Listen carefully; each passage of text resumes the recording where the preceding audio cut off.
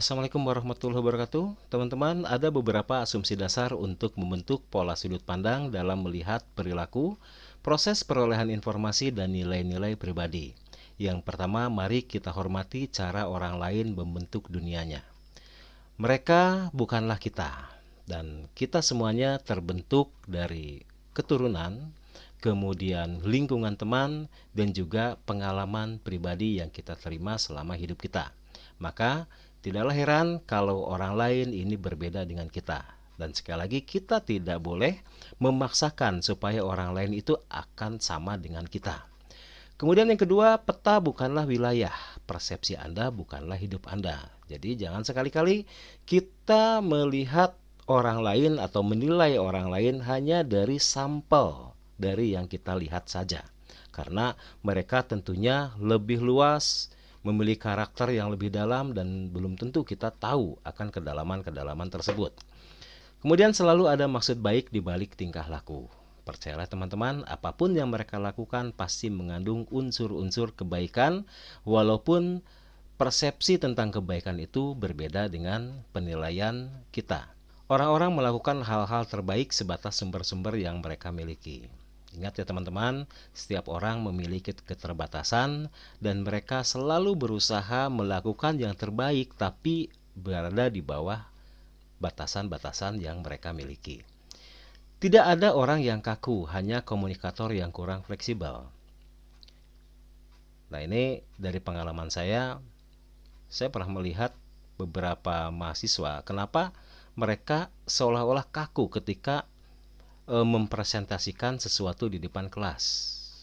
Tapi saya perhatikan dalam pergaulan sosial mereka, tidak ada rasa canggung ketika mereka berbincang-bincang dengan teman-temannya dalam keseharian mereka.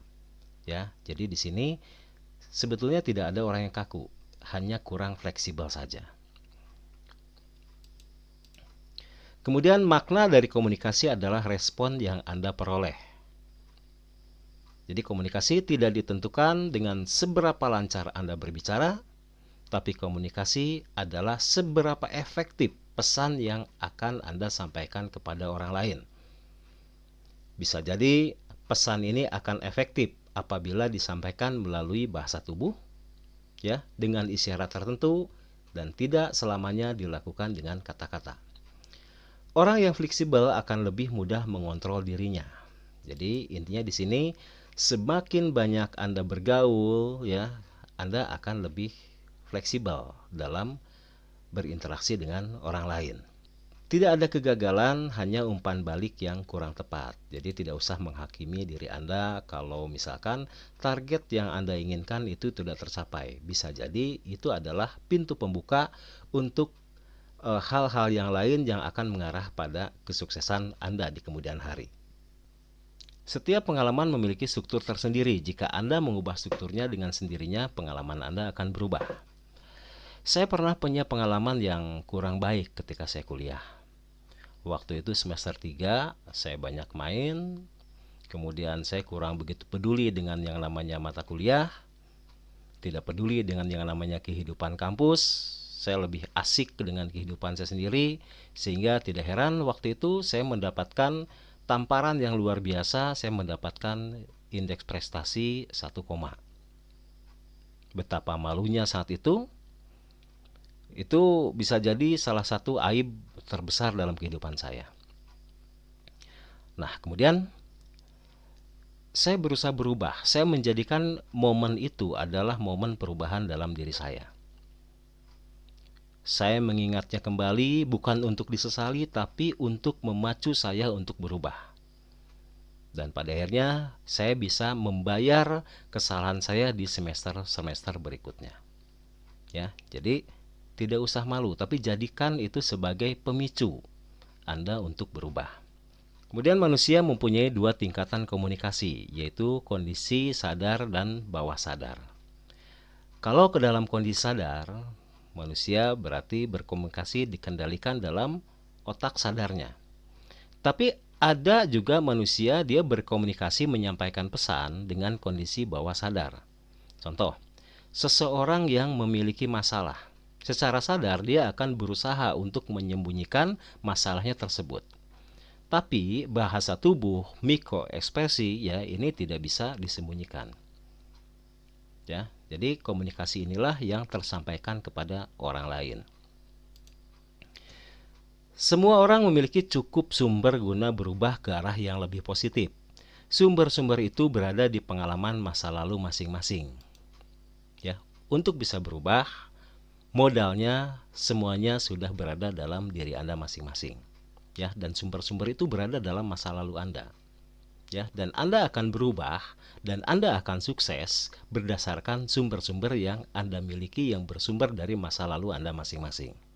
Kemudian tubuh dan pikiran akan saling mempengaruhi. Kita ibaratkan gini, jika keesokan hari Anda akan menghadapi ujian, apa yang akan Anda lakukan? Apakah Anda akan belajar terus-menerus sampai subuh? Kemudian pagi-paginya Anda akan mengikuti ujian. Kira-kira apa yang akan terjadi? Pada saat ujian, Anda akan dipenuhi oleh rasa lelah, ngantuk, boro-boro hayang mikir. Nu aya hayang sare. Ya, makanya di sini tubuh dan pikiran ini harus saling membantu. Ya kalau besok mau ujian ya tidak usah belajar sampai subuh lah. Silahkan Anda persiapkan belajar tuh dari sebelumnya. Malamnya kita tinggal tidur ya, dan besoknya kita betul-betul segar untuk mengikuti ujian. Jika sesuatu mungkin bagi seorang, maka hal itu juga mungkin bagi yang lain.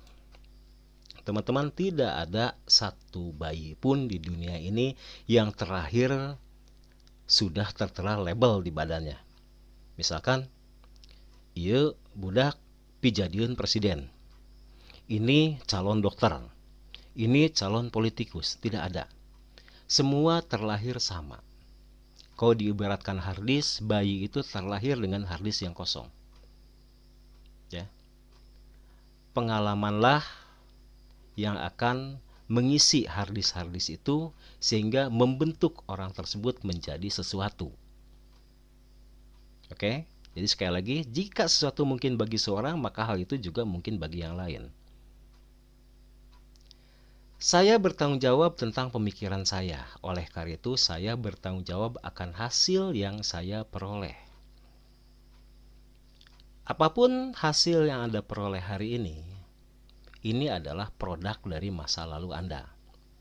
Dan apapun hasil yang akan Anda peroleh di kemudian hari, ini adalah hasil dari produk dari apa yang Anda lakukan sekarang. Oke, teman-teman. Demikian untuk hari ini.